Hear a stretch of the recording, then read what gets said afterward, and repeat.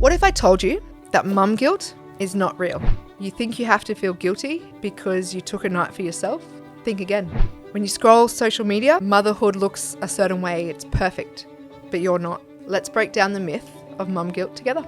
Welcome to the I Am Education podcast, where we explore transformative ideas for parents, educators, and anyone passionate about shaping the future of education and humanity. Join us as we dive into the latest insights, practical tools, and inspiring conversations that empower both children and adults to thrive.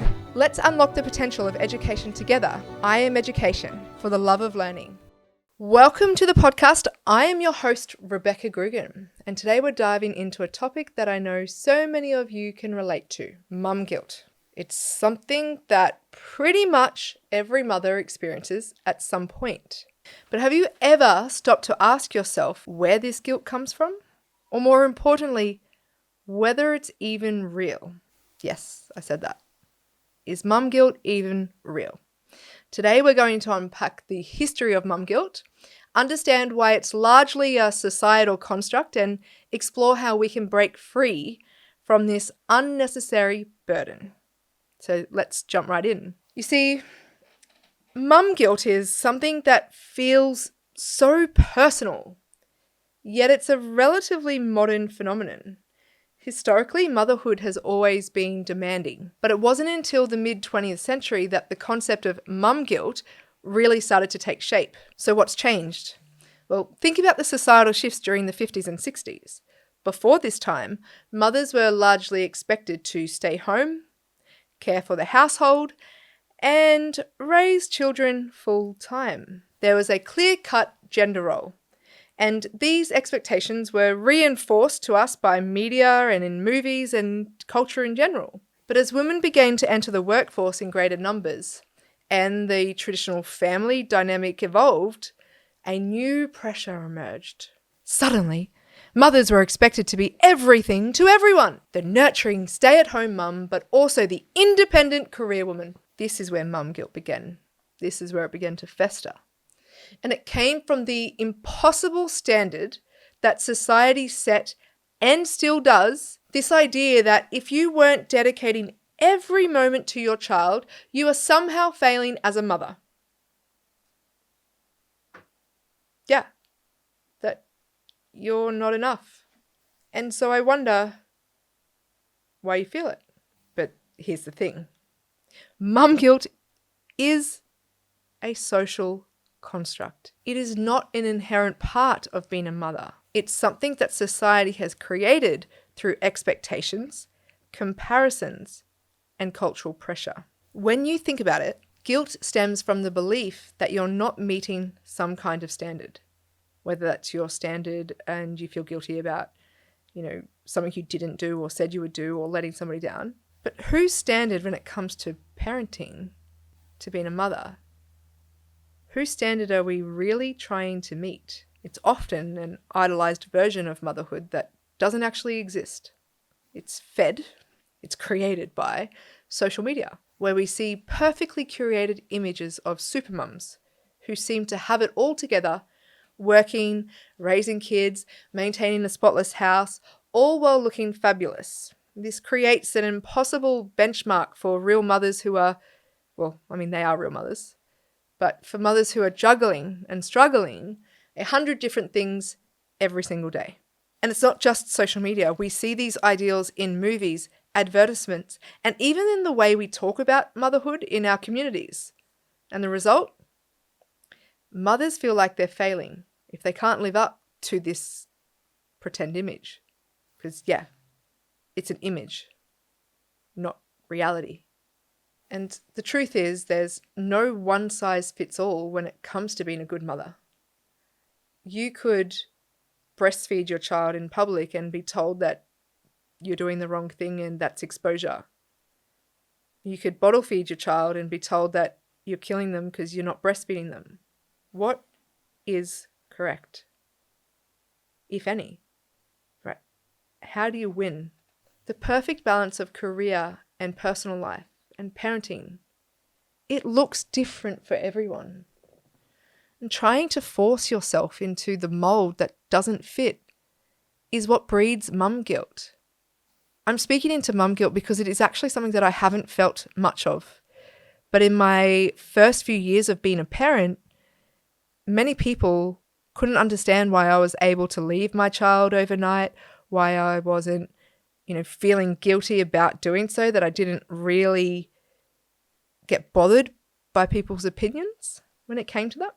But the thing is that for a very long time, for most of my life, I've designed my life to be a certain way, outside of, I guess, a lot of social constructs, or haven't taken on. I've always re-grounded myself back in what I deem to be reality. The reason I speak into this is because after, 11 years of being in early childhood education with I Am Montessori, that I have seen so many women tear themselves apart, bring themselves down, hold themselves back from reaching their potential because of this construct called mum guilt. You see, what's interesting is that studies have shown that children benefit more from quality time with their person, with their parents, than from the sheer quantity of time.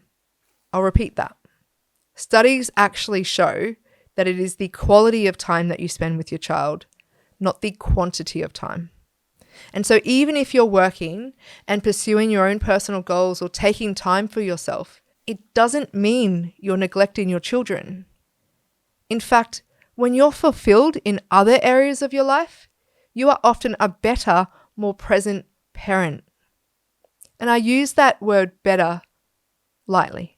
What I'm wanting you to hear is that when you choose you first, it increases the positive results that your child has in their development because they see you putting you first, and you actually start to break the cycle of what's been happening for women for generations.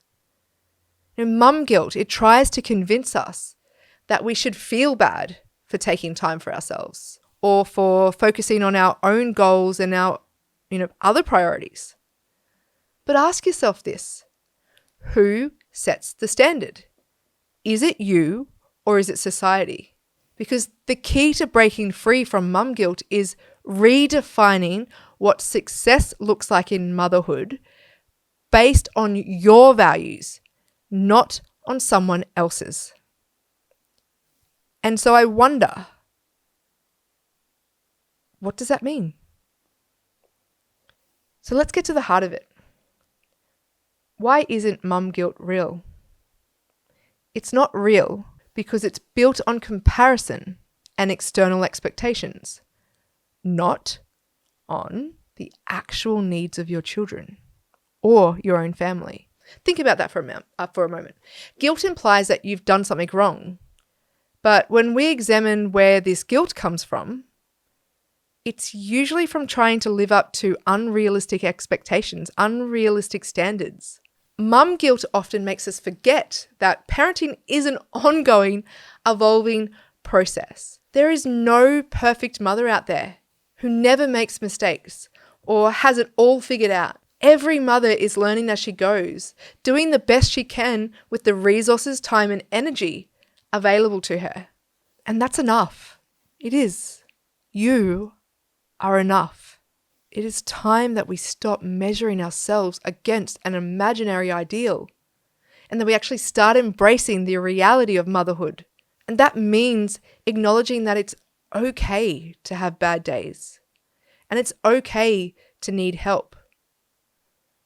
And it's okay to make choices that prioritize your well-being along with your child's. The guilt you feel doesn't make you a better mother. It just distracts you from appreciating all that you are already doing. So how do we break free from this mum guilt? It starts with self-awareness. Begin by asking yourself, where is this guilt coming from? Is it rooted in your own values or is it coming from societal expectations? Like, I've just spent 18 days away studying in Sydney by myself without children. Did I miss my children? No. I got asked, did I miss my children when I was down there? No. When I've traveled overseas without them, did I miss them? No. Do I feel guilty about that? No. And do you know why? Because the thing is that what I'm living, my values. I'm living the values of my family. I am being everything that I choose to be. It is not coming from society's expectations. You see, they ask me because society expects me to say yes, right? To say that I miss them, and that if I don't miss them, then that means that I don't love them, which is incorrect. I get to choose based on my values of my family's values and our priorities. Yet there are people who feel guilty for leaving their children for 2 hours, for 4 hours, for a day. And what I want more women to realize is that you are enough as you are, and what you desire and what you want matters. And if you can put yourself first, it doesn't mean that you're putting your child last, but it actually means that you can show up for your child more than when you don't, because you'll burn out, because that guilt will destroy how you feel about being a mother. So when you can pinpoint the source of the mum guilt, you can begin to challenge it. You can start to ask the questions. Is it really real? Is this really guilt? And why? And then you can also give yourself permission to set your own standards. And if you're not a parent, this applies to you too. Set your own standards. This is your life, your family, and your motherhood journey. There's no universal blueprint for what a good mother looks like. Define what motherhood means to you and let go of the guilt that comes from trying to be someone you're not. And lastly, focus on self-compassion.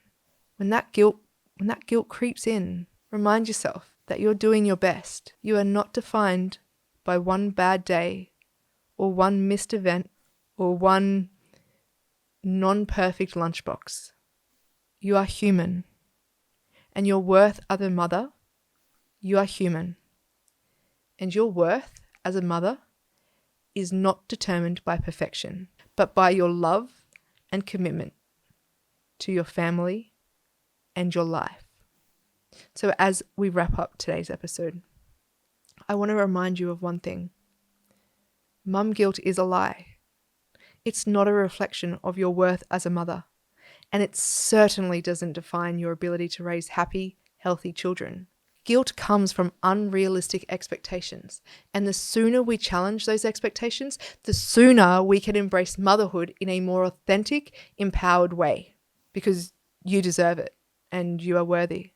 So I hope this conversation has given you some, new perspectives on mum guilt and why it's time to let it go. And if this episode resonated with you or you believe it will be of value to somebody else, please share it with them, and also connect with me on social media or anywhere that you see my name. But until next time, remember that you are doing enough and you are more than enough.